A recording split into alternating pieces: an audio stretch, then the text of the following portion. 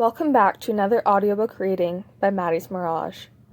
Maddie's Mirage and Honeysuckle Valley's production present All Kinds of Love. The Day Pablo is Proud to be a Diablo by Maddie's Mirage and Honeysuckle Valley Productions. Oh, hi there. My name is Pabla Diablo. Do you want to hear a story? True one at that. Great. Which one should I tell you? I could tell you about how awesome Dagger was to me. Or I could tell you about the best story Cobalt told me. No, those aren't exciting enough. Oh, I'll tell you about the day I was proud to be a Diablo. You'll need to see it though. Oh, I'll cast a spell on you. Then you can see it as if it's your own memory. Which one is it? Here it is. Zintac Memoras. That should hold. Or explode. Oh well. You'll need some backstory first. That way you understand it a bit better. First, I'll show you my birthday. Dear Dew, a brown and white dingo, lay on the hospital bed, her shimmering blue eyes glowing with pride. A beautiful daughter. After 91 brothers, we now have a beautiful daughter. Isn't she just perfect, Dee? Diablo, his strong orange body soft with pride, replied, A perfect daughter indeed. She will be our princess. Diablo's red eyes, vivid with life as they would be in times of a great emotion. Our little girl and her 91 brothers. In unison, Dear Dew and Diablo recited the names of their beloved children. Dagger, Dylan, Inoid, Jonah, Abraxas, Ryan, Abigor, Aaron, Zend, Zane, Abramelech, Xander, Abaddon, Eric, Bean, Sam, Agramon, Benny, Ruthless, Lance, Manak, Mason, Andres, Andre, Stan, Aku, Tanner, Ariel, Ocean, Androphalos, Dawson, Ariok, Coke, Hin, Nathan, Abisibu, Carl, Asag, Asher, Afrit, Alex, Agaris, Harry, Amducius, Max, Lint, Charlie, Aklaher, Finn, Avnas, Derek, Aspis, Darren, Amducius, David, Awar, Wayne, Az, Drake, Azza, Josh, Azatoth, Jimmy, Frankie,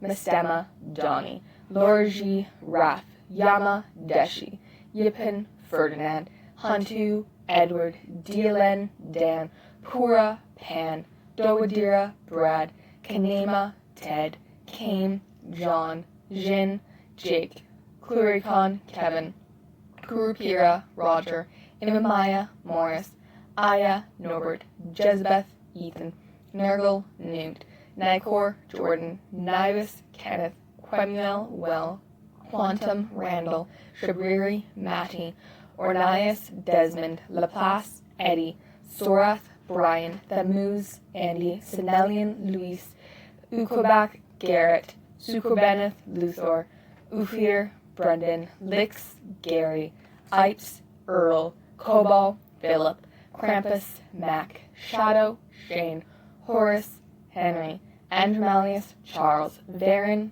Trent, Armoros, Wilfred, Barbados, Franklin, Agaliarapt, Tyrone, Bathan, Perry, Akatash, Philippe, Alpur, Kent, Anku, Glenn, Beelzebub, Terry, Aldenak, Duan, Ansatif, Lionel, Paushal, Pete, Alistor, Cody, Apasmara, Dallas, Astovidatu, Vernon, Atazoth, Bryce, Astarte, Wade, Zabos, Ray, Zmu, Winston, Timmy, Pablo, Poe. Dear Dew finished by naming her firstborn daughter. Welcome to your new family, Lily, Angel, Diablo. After a few moments of respect for the tradition, Diablo queried, Angel? She is definitely a demon child. A demon child who you will treasure more than anything, even I. You will understand my decision when she receives her demon name. Now go tell the boys of their newest sibling, and summon Dagger for me. Of course, my dear. It shall be done as it always has been, according to tradition." With that, Diablo walked out of the room to begin the tradition. Dear Dew was left to love her daughter inside the hospital room, alone. How was that? I still get teary-eyed at the way Mom called me Lily Angel Diablo for the first time. Anyway, I should continue with the story, shouldn't I? Let's fast forward a bit until I was 5 years old. I'm making supper, all by myself today. All right, Lily, what are you making? Mom stood beside me, eyes shining with pride for her little chef. Tomato soup. You can watch me make it. Okay, I'll be right here if you need my help. Off I went to work on making supper for all my brothers, Mom, Dad, and the servants. There also just had to be leftovers. I grabbed a cutting board and 1,000 tomatoes. A small knife was in my paw when I started to chop the tomatoes. 15 minutes later, I finished the mountain of tomatoes. My paws wet with tomato blood. I leapt over the sink to wash them off. Tomato soup, I'll make tomato soup, I sang. I bounced over the pots and pulled 2 very large pots out. I put them on the stove. With the elements on, hotter than the sun, I poured water into the pots. Within seconds, the pots were boiling.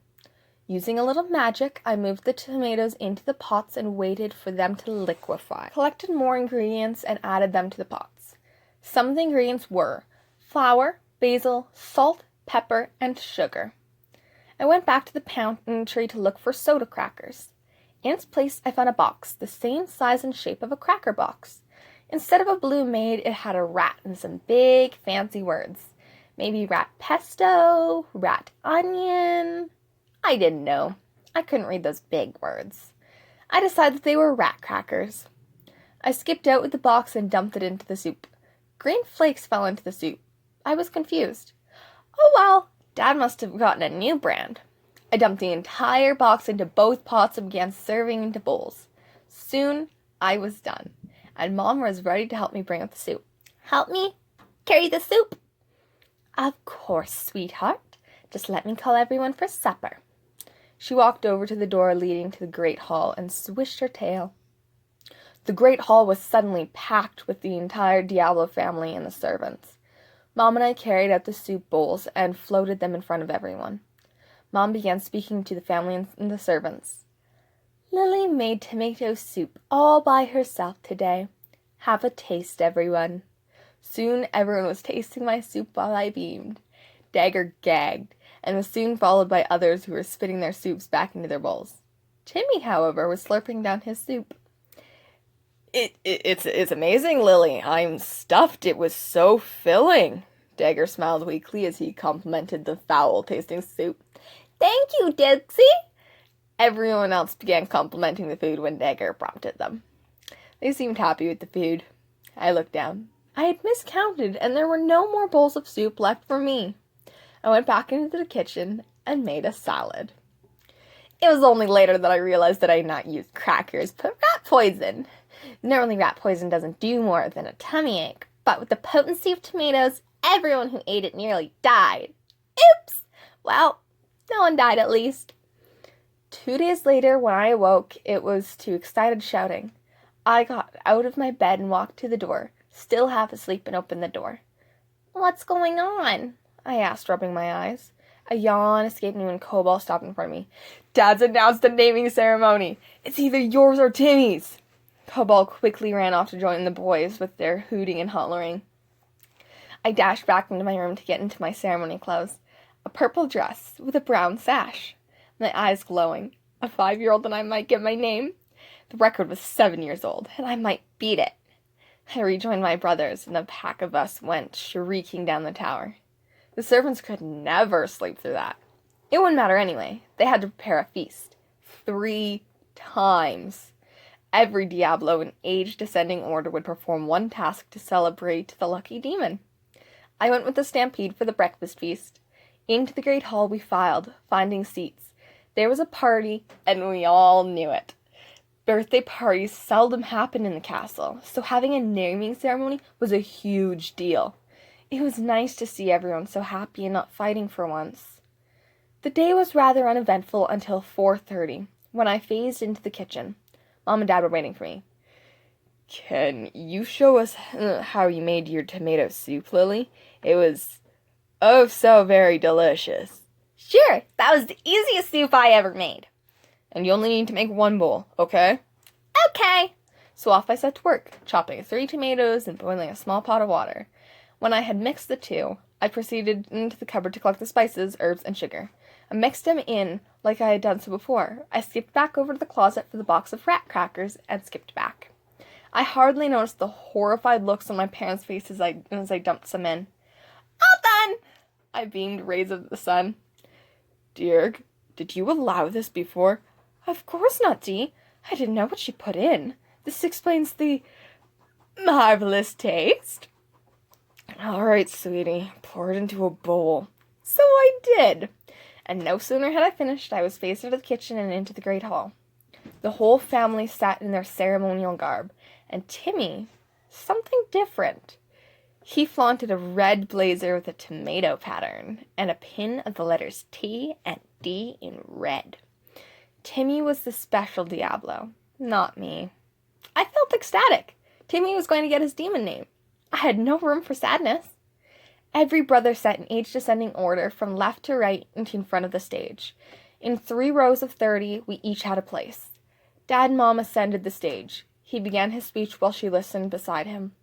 "We, the Diablo family, are here to celebrate one of our own. 91 sons and 1 daughter.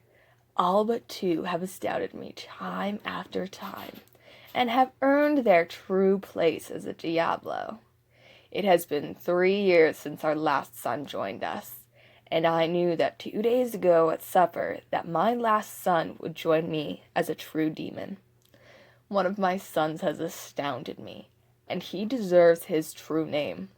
My son showed bravery, courage, and a good palate. My red-haired son, Timmy, please join me." Every Diablo cheered. Their brother would finally join them, leaving only me, the girl, with no name. Dad stepped back and Mom stepped up. "Timmy, my child, for 7 years you have been my pride and joy. You will be my pride and joy for many more to come. You have showed that you are not afraid to taste and consume any food placed in front of you. And for that, you will receive your demon name. For this name will define you as my demon child. Timmy, oh Timmy, I love you so much." Mom relinquished her place for Dad to do his ceremony. "Repeat after me," Dad prompted. I, Timothy Hendrick Diablo," Timmy began, "swear to uphold the demon code, and until death will uphold my name's virtues and gifts, I, Diablo, father of this child, do decree that Timothy shall henceforth be known as—" Everyone waited with bated breath. "Tomato Diablo." Suddenly, Timmy was enveloped in an evil mist. That's ceremony magic. When he was released from its grasp, everyone began cheering, "Tomato! Tomato!" Tomato had been named and was being showered with gifts. The gifts we, as siblings, had unknowingly made for him. He was given my soup last. With the biggest smile on his face, he made his way over to me, pushing through everyone. To everyone's shock, including mine, Tomato gave me a huge hug. "Thank you, Lily," he whispered in my ear before returning to the clamor of excited boys. I gave him his name, I thought, and now he was grateful. I had finally done something right, and it felt amazing. That was amazing, wasn't it? Well, let's continue until I was 5.5, to the day I learned that the last time I would see Mom. I was bouncing around Braxis while he sat patiently with a glare on his face listening to me ramble. "Absy, absy, absy, guess what?" "What?" Abraxas sighed at my antics. I stopped bouncing and continued. Pabla told me a story! About... I continued bouncing while he tried not to yell at me for annoying him. Cobalt told me a story about when Daddy sneezed fire and everyone else sneezed fire too! Yes, even Pablo was there. Now I need to go finish my chores. Why don't you go bother Pablo? He's still in the kitchen. With that, Abraxas walked away, and I went bouncing towards the kitchen. As I was bouncing near to the door to the kitchen, I was suddenly enveloped in a red electric gas. When it loosened its grip on me, I was in the great hall. All my brothers were there, and we were all dressed up like someone died. Daddy was standing at the head of the room. Normally, there would be a long table, but today, an open casket in depressing colors. I regret to tell you, Dad proceeded to name everyone in age order, that your mother will no longer be here for us. All my brothers began a chorus of saddened cries. I joined in with the saddest cry anyone had ever heard. Tears flooded out of my eyes like the floodgates had been opened. Every Diablo in the room came to give me a mass hug. Without even thinking, Dad continued after we finished. Dear Dew was a brilliant, beautiful mother, and I know she never would have left you, but she sacrificed everything to keep you all safe. I couldn't hear any more of what Dad was saying, and soon all my brothers had spoken about her.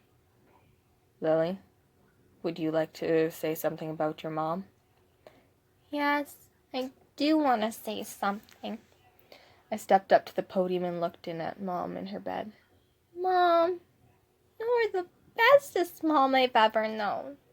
You would tuck me in at night and sing the nightmares away. You would make me soup when one of them would hurt me. You were all I could ever want. I'm sorry to say goodbye. I love you. I stepped down from the podium and began to weep uncontrollably. Dagger pushed through the family to give me a hug. This was the saddest day of my life. I was only 5 years old, and she never saw my naming ceremony. But she saw my brother's ceremonies, all of them, but not mine. She would be so proud. Anyway, that wasn't what we were here to talk about, right? That day defined my perception on life. It never lasts long, so make it worthwhile. How about something happier? My naming ceremony. It was a warm spring morning, April 17th. Oh, I'll never forget that day.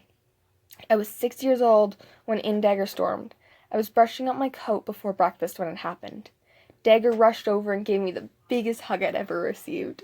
Congrats, Lily, Dagger said while still squeezing the air in my lungs. For what? I choked out. Dagger released me and quickly spread the news. You're gonna be a demon, Diablo! I was shocked by those words.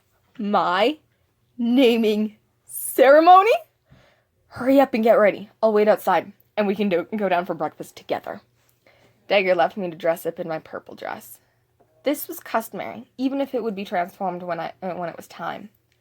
I skipped to the door and I opened it. I was shocked when I saw all my brothers waiting outside. The smile on my face grew 10 times over, and my joy broke the stratosphere. I didn't know what else to say. I'm hungry! Every one of them laughed, filling the hallway. Lead on, sis, one of them called. So off I went through my brothers. As I passed each one in turn, they cheered and called out, Lily, Lily. Off we went down the spiraled hallway to the great hall for the breakfast feast. I spent the day hanging out with Dixie mostly, but I did chill with some of my brothers. It seemed that the day went by very quickly. 2 feasts later, and I was in my room preparing for bed. I was about to fall asleep in my bed when I was smoked by Dad. It was time. It was almost 9 and just about dusk. I stared at the stage that all my brothers had stood on for their ceremonies. When I looked at my garb, I was wearing a midnight blue to violet silk gown. It was decorated in moon sequins. I was wearing a dusk gown. It included a purple pin with the letters P and D. Dad ascended the stage while everyone watched. Dad began his speech for the 92nd time. We, the Diablo family, are here to celebrate one of our own. 91 sons and 1 daughter, and all but one has astounded me time after time and have earned their true place as a Diablo. It has been 1 year since our last son has joined us, and I knew that my daughter would join me here as a true demon when she graced us with her true face yesterday. My daughter has astounded me, and she deserves her true name. My daughter showed grace, beauty, and a twinkle of mischief in her eyes. My violet-eyed daughter, Lily, please join me. Every Diablo cheered. Their sister would finally join them. Repeat after me, Dad prompted. I, Lily Angel Diablo, I began, swear to uphold the demon code, and until death will uphold my name's virtues and gifts. I, Diablo, father of this child, do decree that Lily shall henceforth be known as. Everyone waited with bated breath. Pabla Diablo. Suddenly, I was enveloped in an evil mist. That's ceremony magic. I was given 3 memories to be my name's virtues. The first, as always, was our birthday, number 1. The second, I was with Dagger. We were playing a board game together. Then we were cooking together. Finally, we were hugging. I remember the thousands of times we hugged.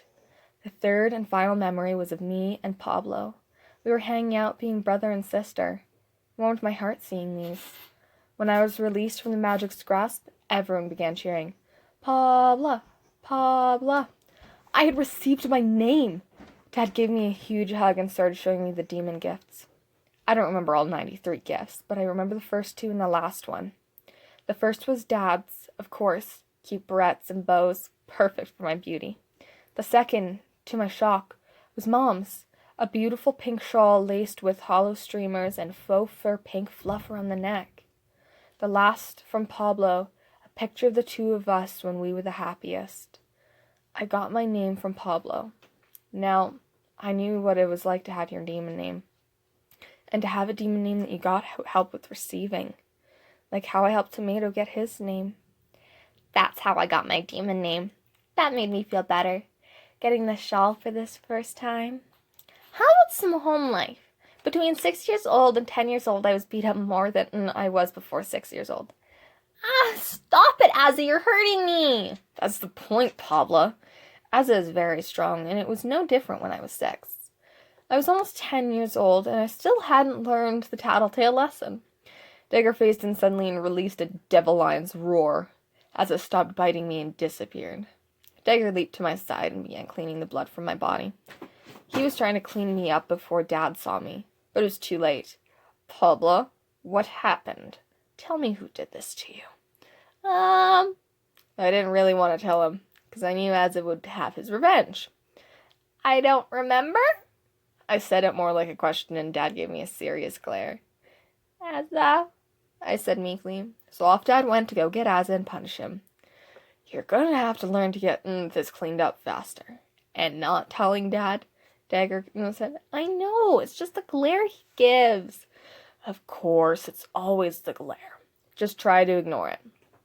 Okay. Will you stay to protect me from Azza? Sure thing, Paws. A few days later, I was again ambushed by Azza. After Dagger showed up and scared him off, we began cleaning my fur. Soon Dad arrived. Who did this to you, Pabla? I took a deep breath and held my tongue. He glared his serious glare. It doesn't matter anymore. I just want to go have a nap. Pabla, don't nag me on it. I'm not saying. Dagger, will you? It trailed off as Dagger picked me up. Of course. And we phased away to my room. Here you are. Good job, he grinned. Thanks. Samantha!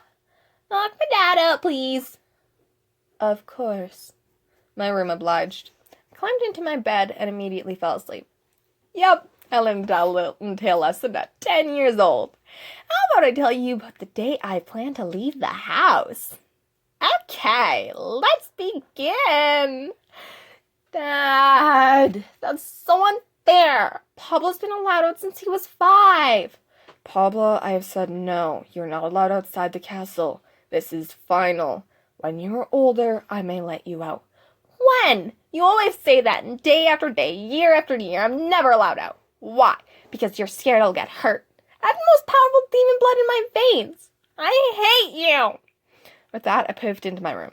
Samantha, lock my room to every Diablo. Of course, Pabla, Samantha replied, barring access to any of my family. I stormed around my room, knocking over anything that wasn't nailed down. My lamp flew to the floor with a shattering of pink glass. My bed, with a little effort, was overthrown and came thudding down hard. Pabla, are you all right in there? Dagger was pounding on my door frantically. Normally, he would have just barged in after hearing some glass breaking. I'm fine. I'm just rearranging my room, I yelled angrily through. Are you mad at Dad? Very. I went back to smashing my room up. Soon, my room was a mess.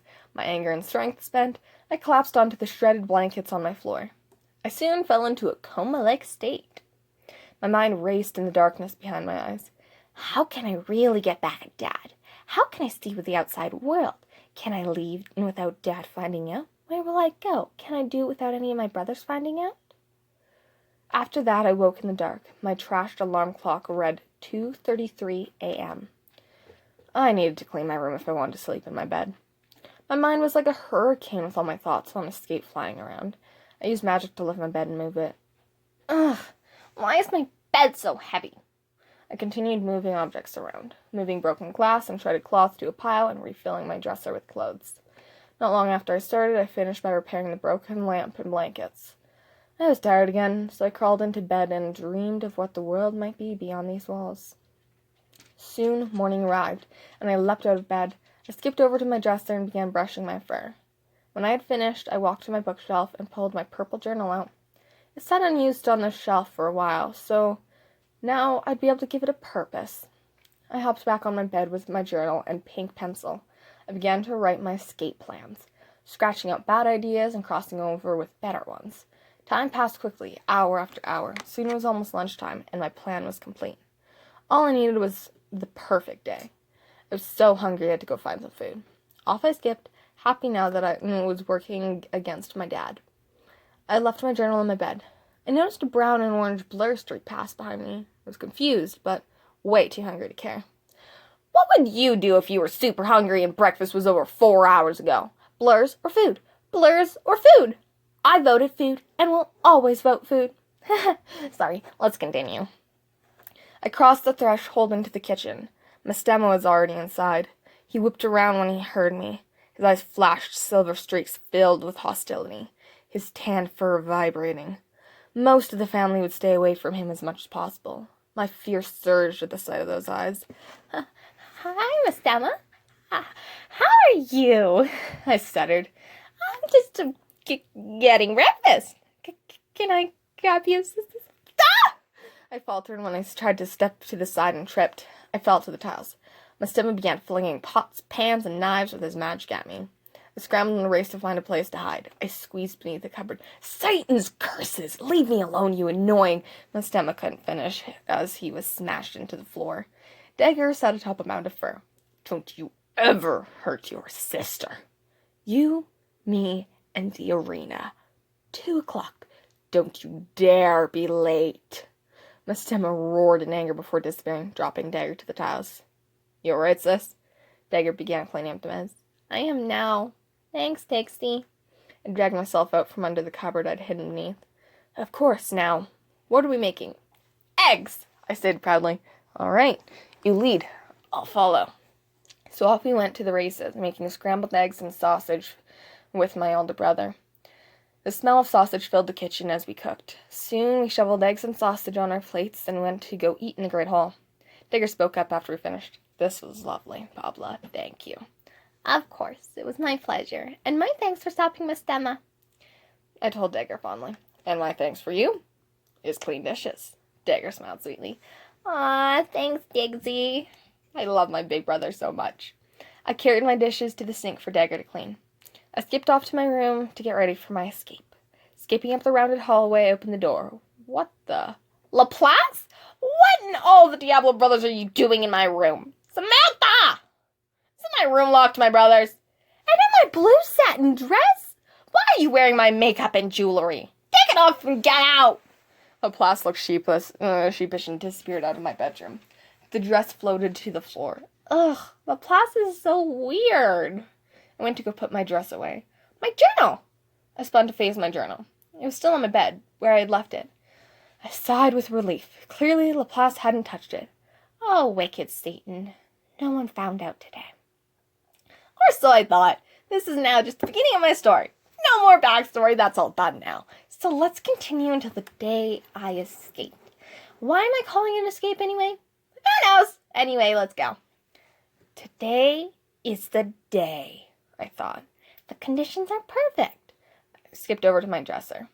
It had been 1 year since I started my escape journal. The day had to be perfect or else I'd be caught. Some days I'd nearly made it out a few times, but someone was always at the door on those days. One of my brothers would be leaving or coming home at almost every hour of the day. But today, they were having a guys-only party in the Great Hall. I'd be able to leave and come back before the party was over. In and out. No problem. I brushed my fur and put my basic blue dress on. I concluded by placing my pink shawl over my shoulders. I was ready, and with a swishing from my dress, I raced from my room. I stopped out in the hallway when I saw some of my brothers chatting and walking down the hall together. Lix turned when he heard my door close, his cloak billowing gently in a non-existent breeze. However, he still hovered. No one would ever see his paws. Good morning, Pabla. Are you coming to get some breakfast before we have our party? Yes. I was just gonna get something small so I don't disturb you guys. Why don't you come downstairs with us then? I obsessed. The party won't start for another half an hour. Then we'll come play with you if you want. Sure. I scooped over to them. How long is the party again? I queried. 4 hours at least, Cobalt stated. And then I'll come tell you some stories. Okay. I skipped around them, excited about having 4 hours in the real world. Does it make you sad? Horace inquired when he had come up beside me. That Mom can't have a party with you anymore. Mom and I haven't partied in 5 years. I barely remember what our parties were like. Thanks for asking, Horace. I finished bitterly. Anyway, what do you guys do at your party?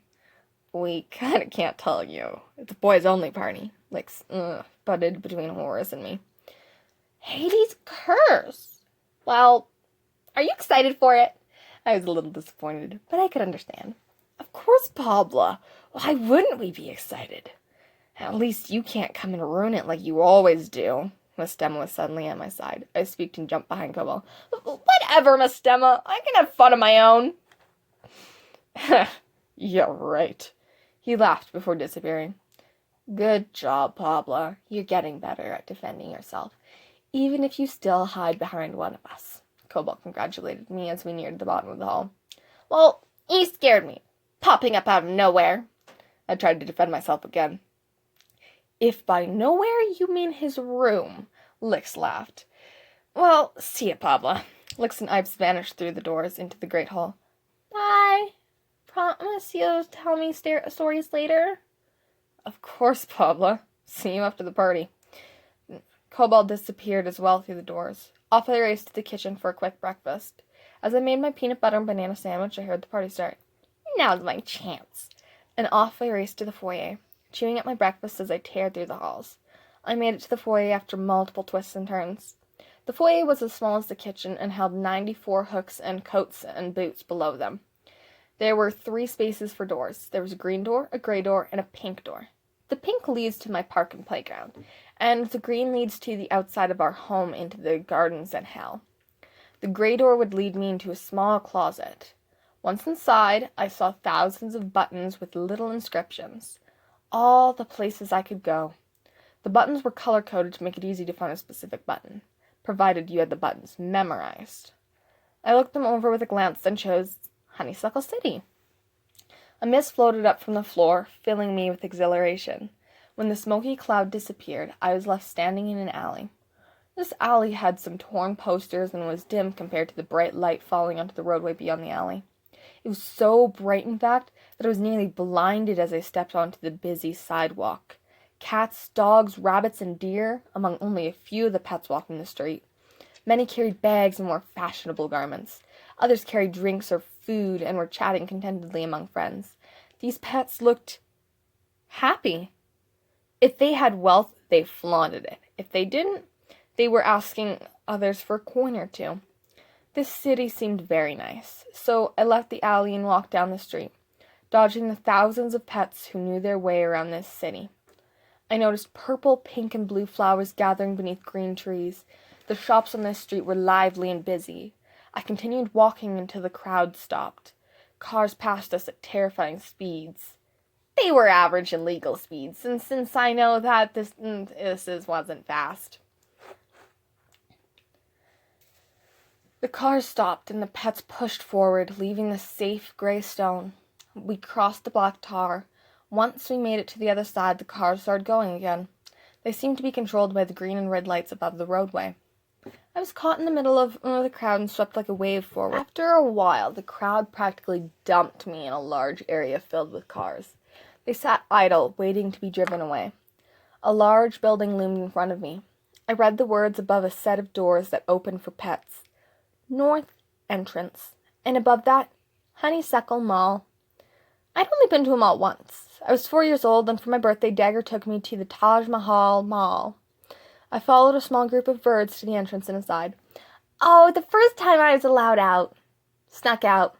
It was so much fun. All right, I shouldn't interrupt my own story. Sorry, I'll continue. Where was I? Oh yes, the mall entrances. My eyes could barely register the hundreds of pets, the colors bouncing off every wall, the lights from a disco booth dancing gaily on the floor. I began walking through the mall, taking in the sights and smells. Movies, killer claws, jaws of the enemy, fancy fluffy fur. Pretzels, sweet chili, strawberries and cream. New music, Critters by K-Cat, Antelope by DJ Leon. The mall offered so much. Too bad I couldn't buy anything. Oh well, I could at least look and sneak out again later. I was getting hungry, and without realizing it, I followed my little smeller to the food court. My dress and shawl shifted together when I stopped, and then I heard it. Laughter, cold and hard. I whipped around, following the sound, and saw them, a small group of girls. I caught a few words from them before I leaped back into the fray of pets. Ugh, last season. Low class. Homeless. Trash. I didn't want to hear them say such horrible things about me. So I went deeper into the mall. And that is when I saw him. A handsome poodle. His curly fur a baby pink tone. Around his neck a purple and white fluffed ring, resembling a clown's ruffled collar. His lengthy ears framing his pointed face. His eyes glowed a warm brown in the mall light. He stood beside an enchantingly mysterious black cat. Her green eyes glowed in contrast to her skirt. The skirt was black with a pink carnation affixed to the back. It seemed as if the stars themselves were speckling the fabric. As I stared dreamily at the poodle, I became aware of a small group watching me. I ignored them and walked forward through the crowd towards the pair. Behind the pair, a small way off, stood a black and white cocker spaniel with magically blue eyes. His eyes were on the black cat. I couldn't read his expression, though. Step after step, I got closer to the two. I wished to call my friends. Soon I was standing before the two. Hi. I'm Pabla, and I'm a little new here. Would you mind showing me around a bit? Why, certainly. My name is Boodle Doodle, and I hail from Moscow, Russia. The Poodle Doodle, had a thick Russian accent. And I am commonly titled Kiki. The black cat began with a sly smile. Your first time to Honeysuckle? Yes, I, live far from here, I said meekly. It wasn't a lie. Brilliant. Then we shall be off. Kiki took the lead with Poodle Doodle and Pabla following. This, of course, is the food court in the mall, but let's head to the west wing. So off we went, threading our way through the pets in the overcrowded mall. The mall is good place to be with friends. This is invention called pizza. Try. You may like as much as I do. Poodle Doodle had shoved a slice of this pie into my mouth. I had been so hungry that this was the best thing I'd ever had. We continued around the mall, looking at clothes and sharing food. Soon, however, I became aware of a posse behind us. I turned slightly, as if looking at a display case. I saw them, a group of boys. Dogs and cats filled this group. I was becoming more aware and more anxious with this unwanted tale. I needed to dock the group. Made a hasty decision. Today has been wonderful. Thank you for this, but, I must go. I hope to see you around. Oh, really? I will miss you, sweet Pabla, Poodle Oodle fretted. Will you be all right finding where you're staying? Oh, yes. I just lost track of time. It'll be fine. I blustered, trying to leave. All right then, Pabla. Don't let God take you. You're Satan's girl, right? Kiki smiled kindly. She was the nicest cat I've ever met. Of course I am. Thank you both. Bye. I disappeared through the crowd to search for an exit. I needed to get home. I truly had lost track of time, and it was running out. I needed to find an alley to cast a home spell. I walked quickly through the fray. There! I thought I found an exit and was beelining for it. The boys were still following. They were bloodhounds searching for their new prey. I was so close to the door. I was almost free. The air was suddenly hot and humid. The pets milling around formed a sludge swamp-like to walk through. The boys were getting closer and closer and closer. They were so close I could feel their eyes boring into me. Outside, finally. The air was cool and dry, the sun lower than its highest point. It might have been 1 or 2 o'clock in the afternoon. I felt so relieved when I stood in the air outside, but it wasn't over yet. I knew I had to make it into a private spot to cast the spell. Oh, right, sorry. I took off running, racing for my life away from the boys behind me. Like police dogs chasing the criminal, they followed behind me. I needed to lose them in the parking lot. Off I zipped, making a sudden right turn and whisking past parked cars. I popped out into another row and raced across and up and away from the mall. I was making a diagonal shape. A quick glance proved the cats were leaping over cars and dogs were weaving through them. They were catching up, but I was 90 brothers full of practice. I risked a left turn between 2 cars and dove beneath one. The cars around me banged and sagged under the weight of the cats, and the thundering paws of the dogs raced past. They all came to a standstill in the road in front of the car I cowered beneath. Where'd the brat go?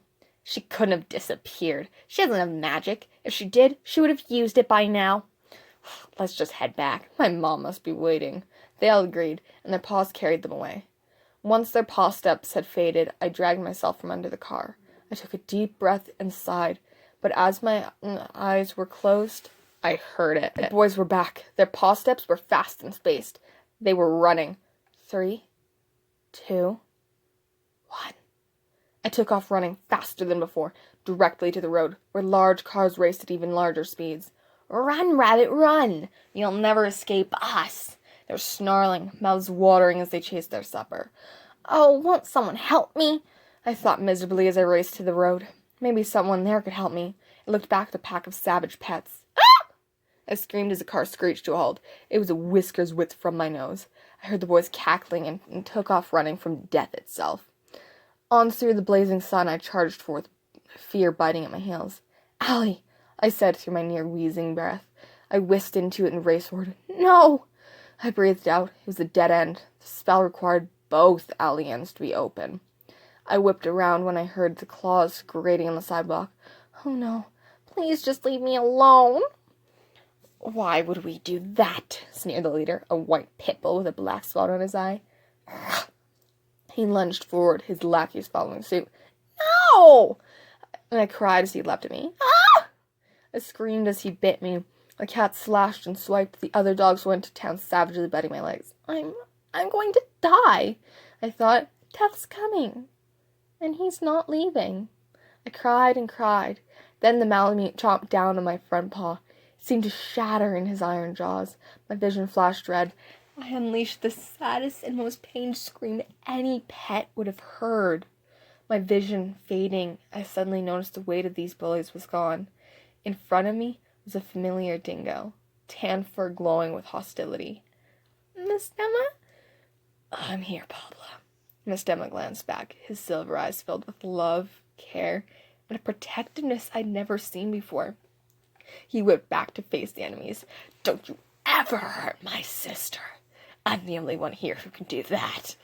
This is the part where I should rip you to pieces, but my little sis would never forgive me. You're very lucky. He howled in anger once. A horrible mashing of colored lights and smoke filled the alley in front of my feeble body. Without a doubt, The alley was filled with every son of Diablo. As one, they all spoke menacingly. We are the sons of Diablo, and if you mess with one of us, you mess with all of us.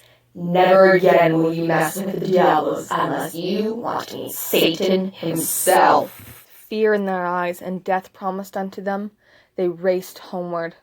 My body sagged with relief and fear. How did they know?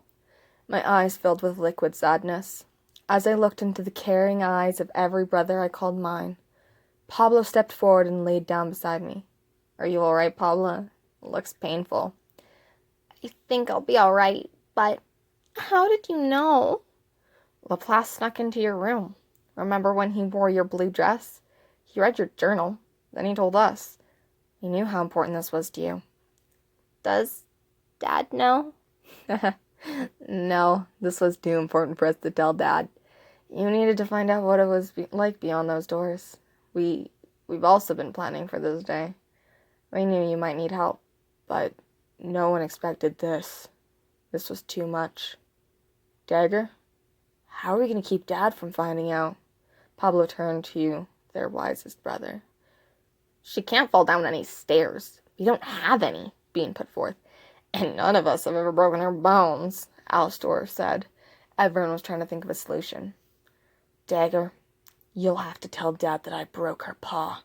Attacked her savagely before you showed up to stop me. His face was filled with sorrow and regret. Why, Miss Emma? Why are you being so nice as to take this fall? I'm the most hostile and most likely to do it. Dad could believe that I'd break her paw. Just do it, Dagger. For Pabla. His eyes were filled with tears. Miss Emma doesn't cry. Diablos don't cry. For Pabla, and for you, Miss Emma, your redemption, Dagger said solemnly. For Pabla, The rest of my brother stated. Miss Emma walked over and carefully picked me up. His eyes were filled with the clear liquid of sadness. I'm sorry, Pabla. With that, he handed my broken body to Dagger. My vision fading, the last thing I saw was Miss Emma with a tear rolling down his cheek. This was the day I truly felt proud to be a Diablo. My brothers, Miss Emma, proved that they love me. I'm their little sister, and they are proud to be my protectors. They may pretend that this never happened, but I know that it did. I woke in my bed, a cast affixed to my shattered paw. Carefully, I slipped out and over to my mirror. My body was covered in blood stains, but the cuts and bites were covered with bandages. Pabla, you should be in bed. Dad's voice pierced through the dark. I squeaked in alarm, my voice lost from the screaming. I'm just seeing what happened again, I said meekly. Miss Emma attacked you, and Dagger had to save you again. He broke your paw. What caused this? I'm not sure. I think I asked him about the party. It's all so blurry. I hated lying to him, but it was partially true. It was blurry. I'm gonna go back to bed. Okay. Good night, Angel Cake. So, I went back to sleep. Dad never did find out. And I'm glad. Kinda glad he didn't. Wasn't that just the best true story you've ever heard? And what a twist that my scariest brother was the one who saved me. I've got more stories too. I could tell you more if you wanted. Which one? On second thought, I must go. I think Dad was listening. He might know now that we lied to him. I'm sorry, but you probably don't want to see him kill me. I'm just gonna go hide now. Bye! It was lovely meeting you.